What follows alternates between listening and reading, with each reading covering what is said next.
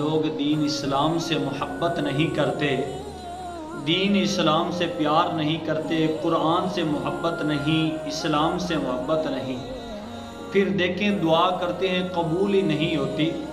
حضرت موسیٰ پاک علی نبینا علیہ السلام آپ کا ایک مقام سے گزر ہوا، آپ کہیں جا رہے تھے، ایک شخص کو دیکھا جو اللہ کی بارگاہ میں ہاتھ اٹھا کر رو رو کے دعا کر رہا تھا، مولا کرم فرما دے، مولا کرم فرما دے۔ حضرت موسیٰ پاک علی نبینا علیہ السلام چلے گئے، جب واپس آئے اسی مقام پر وہی انسان ہاتھ اٹھا کر اللہ کی بارگاہ میں عرض کر رہا تھا، مالک کرم فرما دے، مالک کرم کر دے، دعا کر رہا تھا۔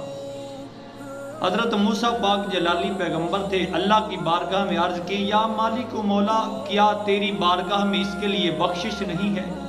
کیا تیری بارگاہ میں اس کے لیے رحمت نہیں ہے؟ مولا کرم فرما دے۔ آواز آتی ہے، میرا موسیٰ نبی، اس نے جو ہاتھ اٹھائے ہوئے ہیں یہ ٹوٹ جائیں، جہاں سے اس کے آنسو باہر آ رہے ہیں، اس کا دماغ باہر نکل ہے، میں مولا پھر بھی اس کو معاف نہیں کروں گا۔ عرض کی، مالک کیوں؟ وجہ کیا ہے؟ آواز قدرت آتی ہے، موسیٰ اس کی وجہ یہ ہے، یہ دنیا سے محبت کرتا ہے، دنیا سے پیار کرتا ہے، میرے دین سے محبت نہیں کرتا، میرے دین سے پیار نہیں کرتا۔ پتہ چلتا ہے جو انسان دنیا سے محبت کرتا ہے اسلام کو بھول جاتا ہے، قرآن کو بھول جاتا ہے، اللہ کریم جل شانہ اس کی دعاؤں کو قبول نہیں فرماتا۔ آج کل ہر انسان دنیا میں مصروف ہے، دنیا کے کاموں میں مصروف ہے۔ اللہ کے گھر میں اذان ہوتی ہے تو نماز کا پتہ ہی نہیں ہے، قرآن کی تلاوت کرتے نہیں ہیں، پھر کہتے ہیں بے برکتی ہے۔ میاں اگر برکت چاہتے ہو پھر قرآن کی تلاوت کرو، نماز پڑھو، نبی اکرم صلی اللہ تعالیٰ علیہ وسلم کے دین اسلام کے عین مطابق زندگی گزارو۔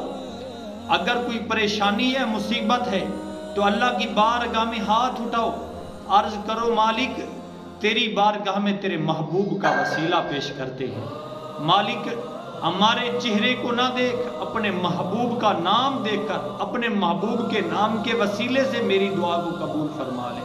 جب آپ قرآن سے محبت کریں گے، اسلام سے محبت کریں گے، نماز پڑھیں گے، مصطفیٰ کا وسیلہ اللہ کی بارگاہ میں پیش کریں گے، آپ کی زبان پر الفاظ میں کہتا ہوں بعد میں آئیں گے، اللہ مصطفیٰ کے وسیلے سے آپ کی دعا کو پہلے قبول فرما لے گا انشاءاللہ۔